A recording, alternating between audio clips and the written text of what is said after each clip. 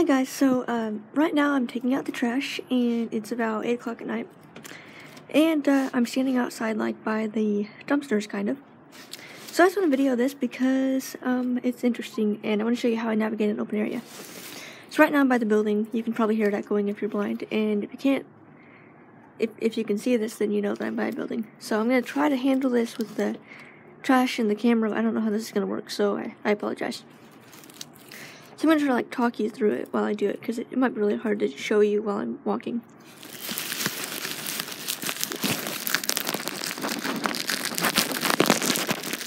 Okay. Yeah, I don't know how much you guys can see, probably just the trash can, but...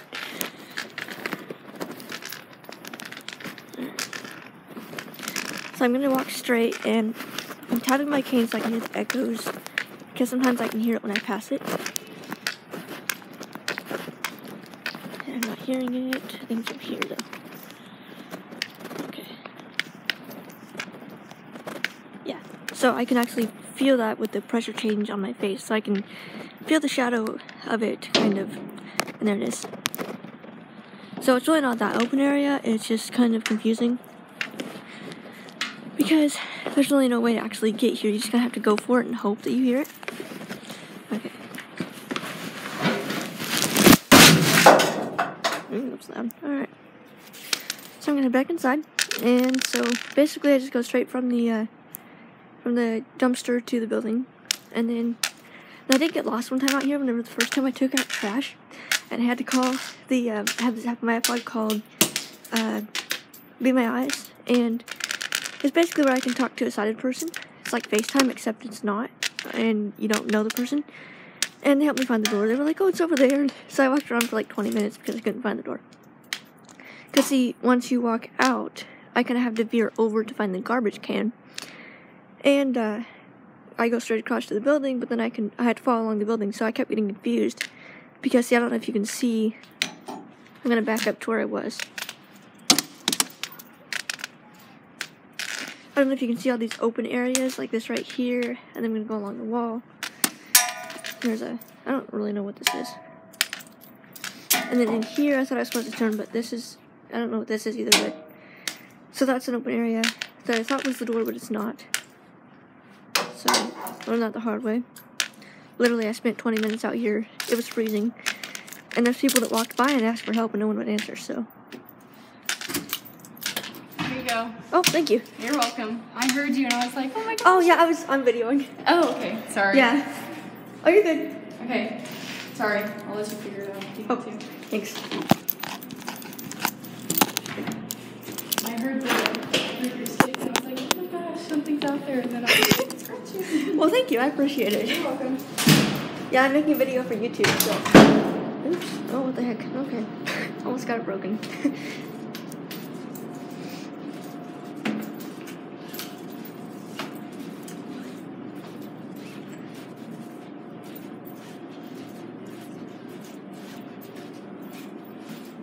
Bye. Yep, have a good night. You too. Thanks. Okay.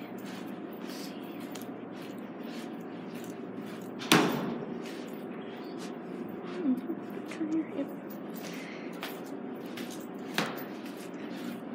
So sometimes it's hard to tell when to turn because it's just all open. And sometimes you can hear the open hallways, but it kind of gets confusing if there's like a door, because it sounds like there's like 6 hallways and there's actually not. So it's always one of the challenges for being blind. So now I'm just walking down this hallway.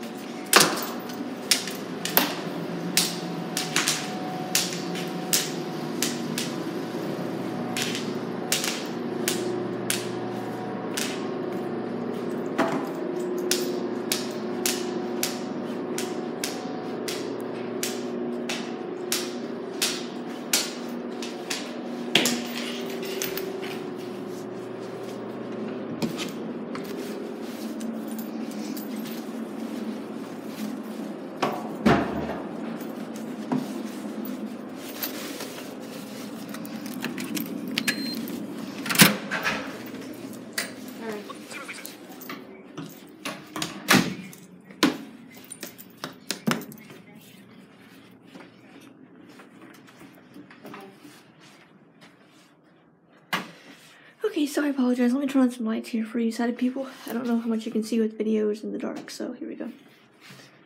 Oh wait, they're already on. Oops, okay, never mind. I won't turn on any lights. I actually used an app to take a picture. It's called Be Specular.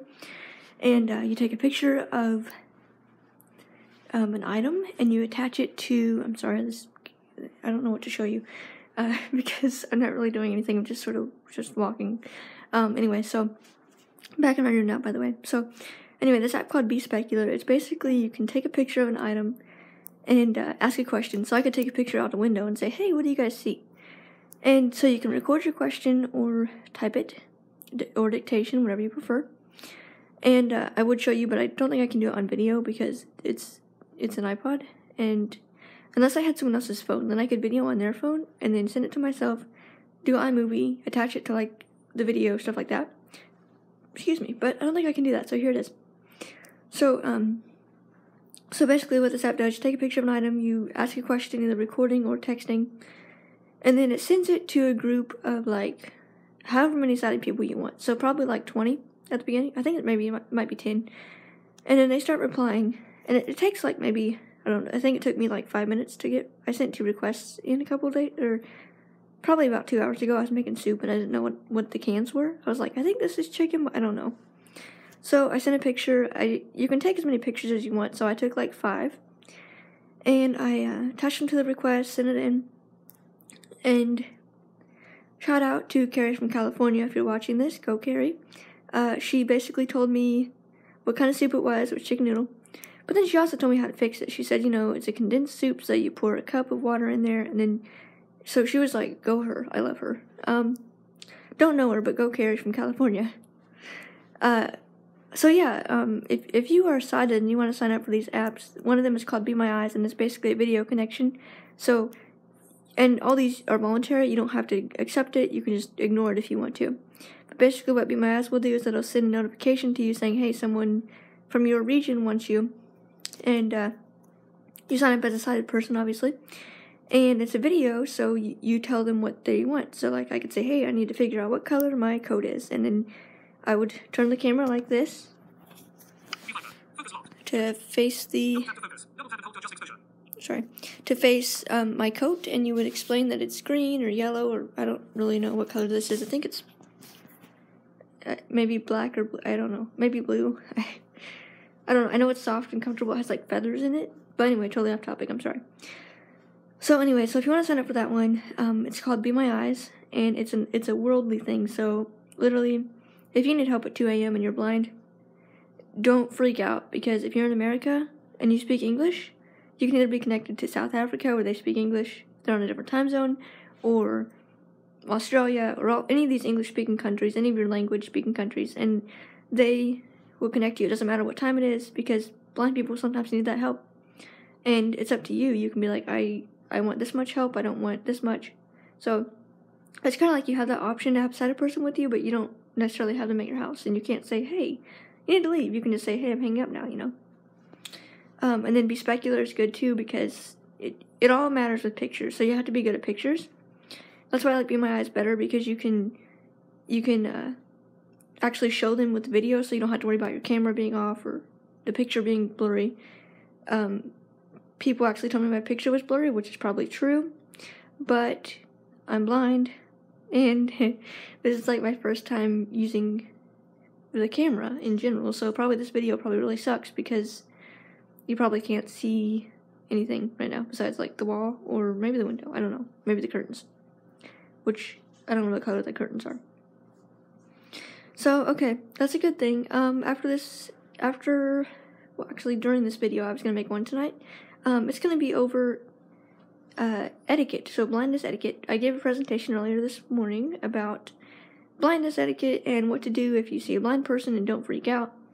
There was a presentation by one of the students here about disability etiquette, because it's diversity week here at USI. So I'm just gonna go into that now, because someone held the door open for me and said something to me, so that reminded me of etiquette. So first thing, when you meet a blind person, don't freak out, because we're just like you. We're not weird, and the only thing that's different is we can't see, so it's just common sense. Like if you want to shake our hand, don't make us stand there with our hand out, like, I'm going to face the camera towards me, so don't make it be like, hi, nice to meet you, and have my hand out here, and no one's shaking it. It's like, gonna shake my hand, or is this awkward? And so, like, if you don't want to shake my hand, that's cool, I'll put my hand down, but if you do, then either shake my hand, or say, hey, may I shake your hand, or just let me know what you're doing, you know, because blind people don't always pick up on the social gesture things. Another thing would be to, if you're holding a door for someone who's blind, say something. Don't just sit there with the door open, because, excuse me, I literally walk into about 6 people a day who are holding the doors. They don't say a word, so I trip them with my cane, and then I run into the door, which is very embarrassing. So then they fall because they tripped over my cane. The door starts closing, and I'm in the middle of the door. So that's a good way to snap a cane. We don't want that, because canes are expensive. The cane I have now is about $50, and it's a graphite folding 5-section cane. So it's not like, I mean, it's not like super nice, but it's one of the nicer ones. I think the cheapest is like $30. But then, of course, if you get a toddler cane, it's like probably, I don't know, 20 or 10. I don't know how much those are. I can't really say that because I've never had one. But canes are expensive, so if they snap, it's not the sighted person that has to buy them, it's the blind people. And so me being a college student, I can't afford to buy a new cane every time it snaps. You know, I've got like 3 extra here, but those are just backup. So if my main cane breaks, yes, I've got those to fall back on, but I'm going to have to order a new one, because the backup ones are about to break anyway, because they're older and the elastic inside of them breaks. So basically try to avoid things that would snap the cane, like jumping over it, kicking it. Another thing, don't touch the cane. So if you're trying to guide someone who's blind, don't pick up their cane and try to guide them that way, because that's just, it's kind of like taking someone's crutch, if they're on crutches, taking one of their crutches and just pulling them, like that's going to help them walk. And it's like, no, you're actually stopping them from walking. So like with my cane, if you touch my cane, you pick it up, try to guide me that way, you're stopping me from actually walking, because I can't feel the ground. So yeah, I have to feel the ground with my cane. So basically that, don't kick it, don't touch it. Basically avoid the cane, just like a dog. Avoid the cane, avoid the dog, don't feed the dog, don't pet the dog, don't distract the dog, so don't touch the cane. Or the wheelchair, for that matter. Another thing was speak directly to the person. So if a person who is deaf has an interpreter, don't speak to the interpreter, speak to the person. Because people are people, and it doesn't matter if we have a disability or not, we're still people. So don't try to go around our disability. Don't be like, oh, well, I'm gonna go to class now, so I'll talk to you later, and have a good day, and you know, stuff like that. Just say, hey, I'll see you later. Like for me specifically, it's cool. I mean, I've been blind my whole life, so we're cool with the whole see you later, bye, you know. I watched movies last night, stuff like that. Don't be worried about saying anything that's going to offend us, because if you offend us, we're going to tell you. But I mean, we deal with that stuff all the time, so it's not offensive. Now, something that would be offensive would be if you said, hey, you know, look at this picture, it's this, this, and this, and you don't describe the picture, but you say, this picture is offensive because blah, blah, blah. And it's like, what's in the picture? Or someone's sitting there and they're texting on their phone, which is very annoying, and you're talking to them, and you think they're talking to you. As a blind person, you're like, hey, how's the day going? And they're like, fine. It's like, okay, and you start talking to them, and then they either get up and leave, which is very rude. Don't do that without letting the blind person know, because that's rude. Or they'll be texting on their phone or talking on the phone with someone else while they're talking to you, and it's very distracting, because you're like, are they talking to me? Are they on the phone? What the heck's happening? And they don't tell you they're on the phone. It's like I've been standing in line at one point, and somebody was turning to face me. And they were on the phone, and they were like, hello, how are you today? And I was like, I'm good. And they were like, yeah, bye. And I was like, what? And then I figured out they were on the phone, and I was like, well, that's awkward, okay. So another thing about disability etiquette is, okay, I want to describe the glasses, because a lot of people don't get that. So, I'm totally blind, but I can see a little bit of light, so technically I'm not totally blind, I prefer to be called totally blind because the light kind of fades in and out. So some days I am totally blind, some days I'm not. It just kind of depends. Right now I can barely see lights. It just depends on the time of day and my eyes that day if they're swollen or not. So these sunglasses that I have on, I don't know if you can see them, but there we go. They're bright orange. Ooh, yep. See, I can see the camera light. They're bright orange, I think, neonish, and they're sunglasses. So I wear them because if I have really bright lights, they hurt my eyes, and the sunglasses are supposed to block some of the light. So a lot of people assume that all blind people wear sunglasses, and I'm like, no, it's just if you're light sensitive. So I've actually had people assume that because I wear these that I can see more than what I actually can, and I'm like, no, with sunglasses, you know, they're just dark sunglasses that block out the light. And people don't understand that because you're like, well, I thought you were blind, and it's like, I am blind, but I can still see some. So that's another thing about blindness is people can see. There's different degrees. So like you can be legally blind and still have 20/20, well not 20/20, but you can have pretty good vision, and you can walk around without a cane. You don't have to have any of this technology that most of us have to have if we're totally blind or below 2200 or more. So for me, obviously I use all this technology. I use my iPod with voiceover. But if you're not, you might use Zoom Text, which is a screen reader. Well, it's not a screen reader. It's a program that magnifies and zooms in on text, so it makes it bigger, bolder. You might use magnifier on your iPhone. You might use speech, which is similar to voiceover, but it's a little bit different. Contrasting colors. So if you're colorblind or low vision and you need that contrast with black and white, or I don't know, I don't really know my colors. So let's say a bright color and a dark color background and a bright colored text. Those will help you with distinguishing the characters, letters, stuff like that. Sorry, I'm trying to think of some other stuff.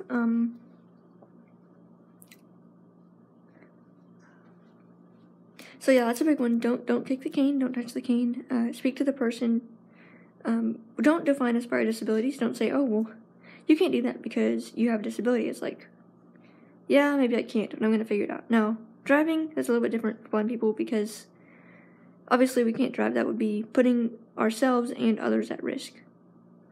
But now that they're coming up with the whole self-driving / autonomous vehicles, which basically you have to drive, but they don't have a steering wheel. So it's really cool. They have this, like, it's a vibrating seat, and it does the speed and stuff, and then there's a stick, and there's a voice that says, like, left, right, or it's vibrating. I'm not really sure which one. They haven't released it.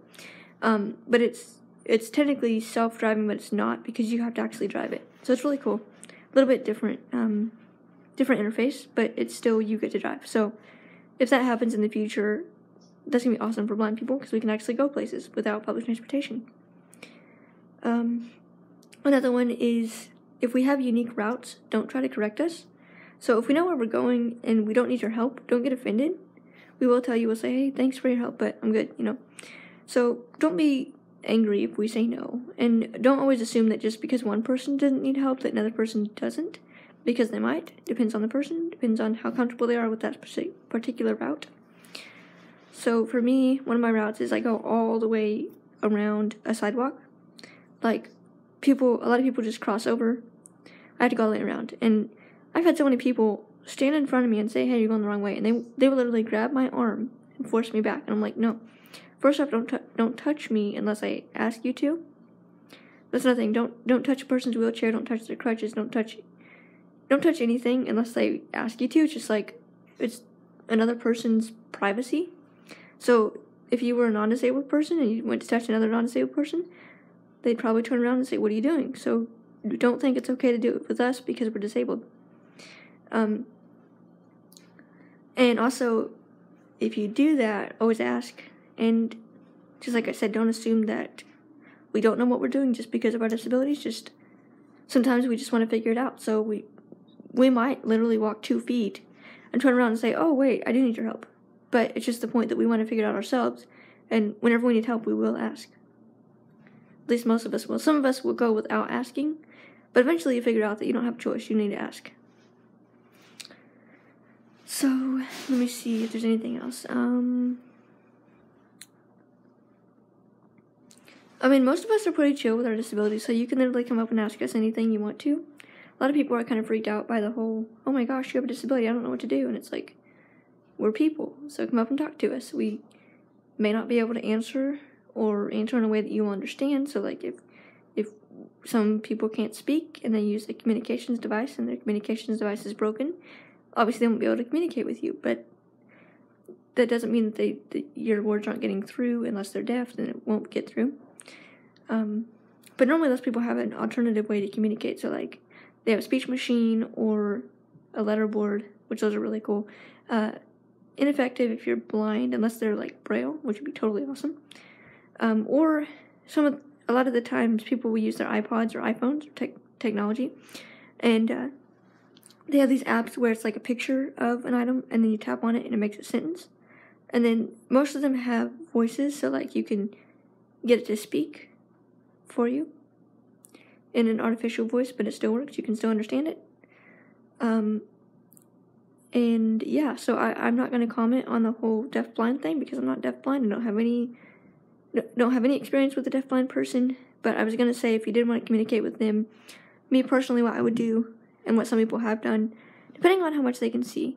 So you could do dictation, or so like I could talk into someone's iPod or iPhone or whatever device, and it would type it out on the screen, and that person could either use their technology of choice to read it, such as magnification, zoom, text, whatever they prefer, or they could connect it to their Braille display if they were totally blind and read it that way. And then if I wanted to write back to them and I didn't want to talk, let's say, or I couldn't talk, I could use my Braille display or their Braille display. We could communicate through there, like change Braille displays, or we could each type on the Braille display or computer, whatever you prefer.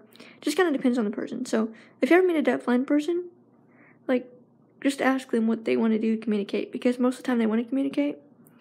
So just be like, hey, how do I communicate with you? And obviously if they don't understand, they'll probably have an interpreter, and if they don't, and if you're sighted, then look at them, because they'll probably have a card or something that says, here's how to communicate, So don't avoid looking at them. Don't avoid people with disabilities just because you don't know how to interact with us, because we're pretty chill. So that's about all for this video. I'm just going to call it disability etiquette and taking out the trash, because I don't know what else to call it. So that's my video, and I'll probably post another one in a couple days. I'm going to a festival in New Harmony in about, I don't know, what is today? So like 3 or 4 days. And so I'm going to do a video on there and about how to get around crowds as a blind person, possibly how to go shopping. I was going to do one on Chick-fil-A, but I didn't feel like going there tonight, so I'm going to do one on restaurants as well, and shopping, and other stuff that deals with blindness. So thank you for watching. Feel free to comment, ask questions. It's cool. Bye. 0.01 seconds. Stop recording video. Button. Viewfinder. 23 minutes. 25 seconds. Viewfinder. Stop recording video. Button.